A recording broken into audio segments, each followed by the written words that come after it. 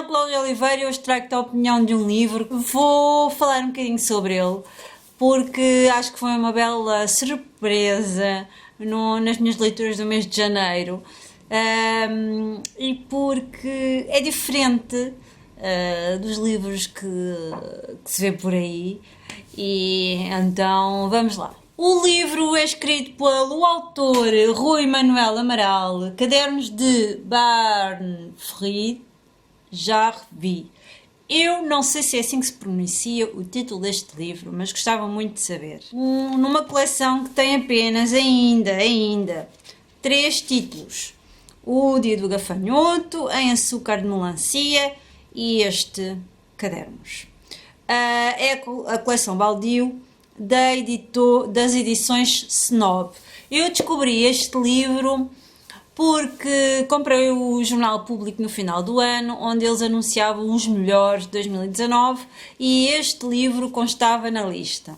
Então fui pesquisar a sinopse e saltou-me à vista, fiquei curiosa e decidi comprá-lo. Andei à procura no site da UC e não estava disponível e partilhei nos stories lá do meu Instagram.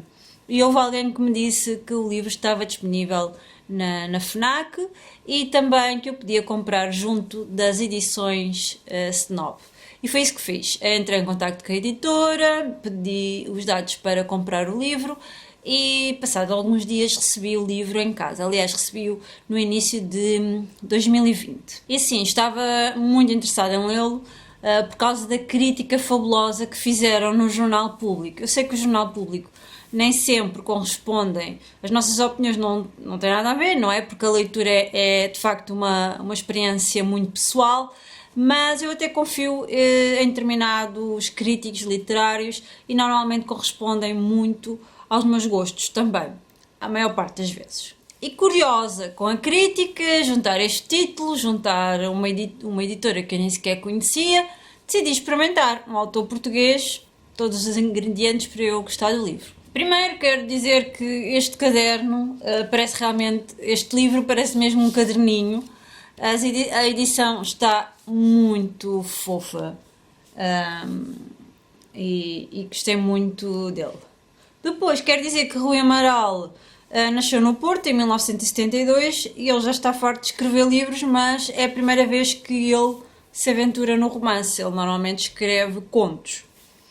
E, como todas as outras opiniões, como se eu já tivesse feito imensas este ano, mas vamos então primeiro às opiniões dos outros. Não encontrei grandes opiniões dos outros porque o livro passou nos pingos da chuva e muito pouca gente falou nele nas redes sociais. Acredito que este livro é muito direcionado para um público muito específico, mas é difícil de chegar às massas, mas existem.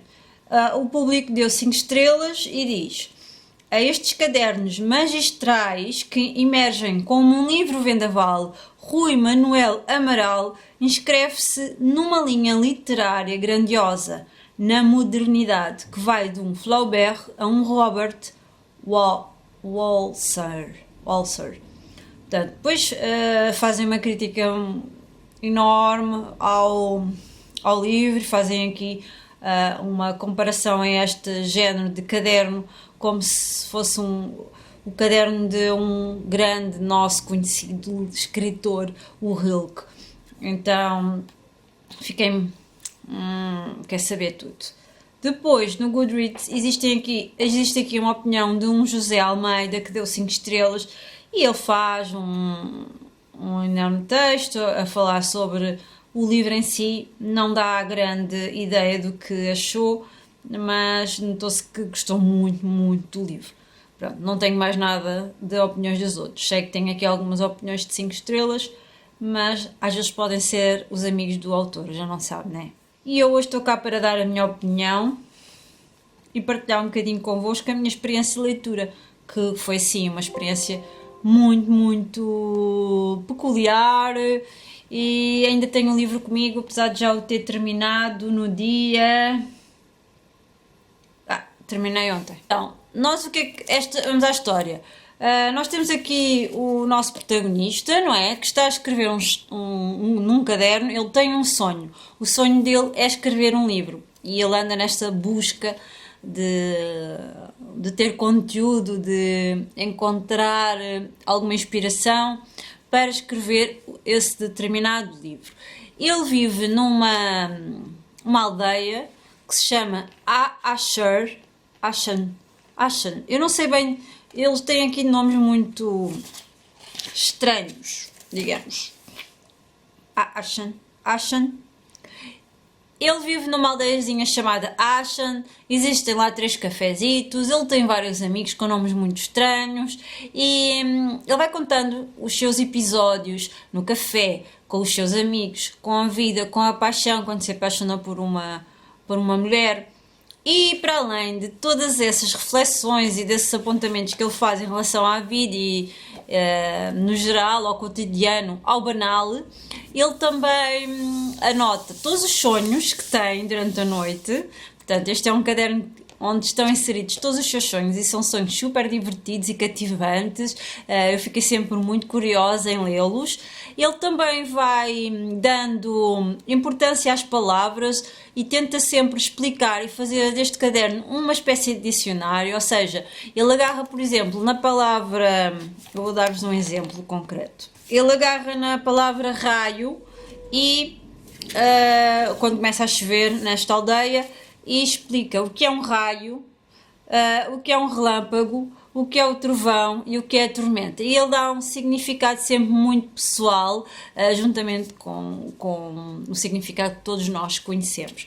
E ao início esta coisa dele estar sempre a tentar trazer um significado para as palavras e questionar-se bastante, estava-me a irritar, mas depois habituei-me e comecei a achar graça e até me identifiquei de alguma forma.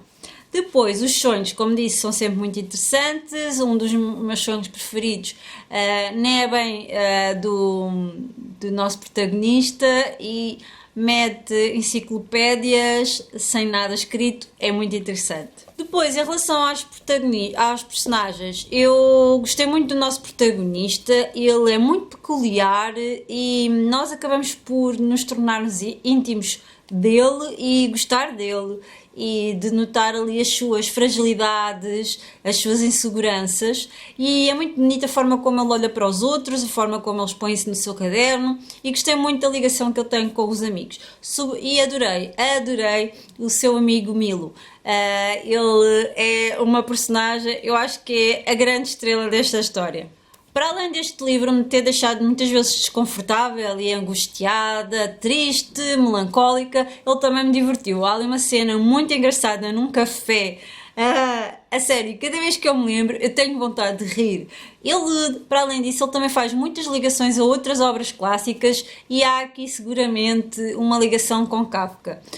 Não só através dos nomes, mas aquela cena em concreto eu acho que é muito Kafka. A escrita é muito rica, muito... roça ali às vezes um bocadinho a pretensão, a arrogância, mas é uma escrita rica que nos enriquece como leitores, pelo menos foi isso que eu senti. Este livro não tem uma história linear, portanto, se não gostas de histórias sem essa questão, não vais gostar. É um livro muito fragmentado, com reflexões, esta questão dos sonhos, esta questão do dicionário, que fez toda a diferença no meio de vários livros que eu já li de autores portugueses. Portanto, eu acho que ele prima pela diferença também, a irreverência na experiência de leitura. Ele fala de coisas muito banais e faz-me muitas vezes recordar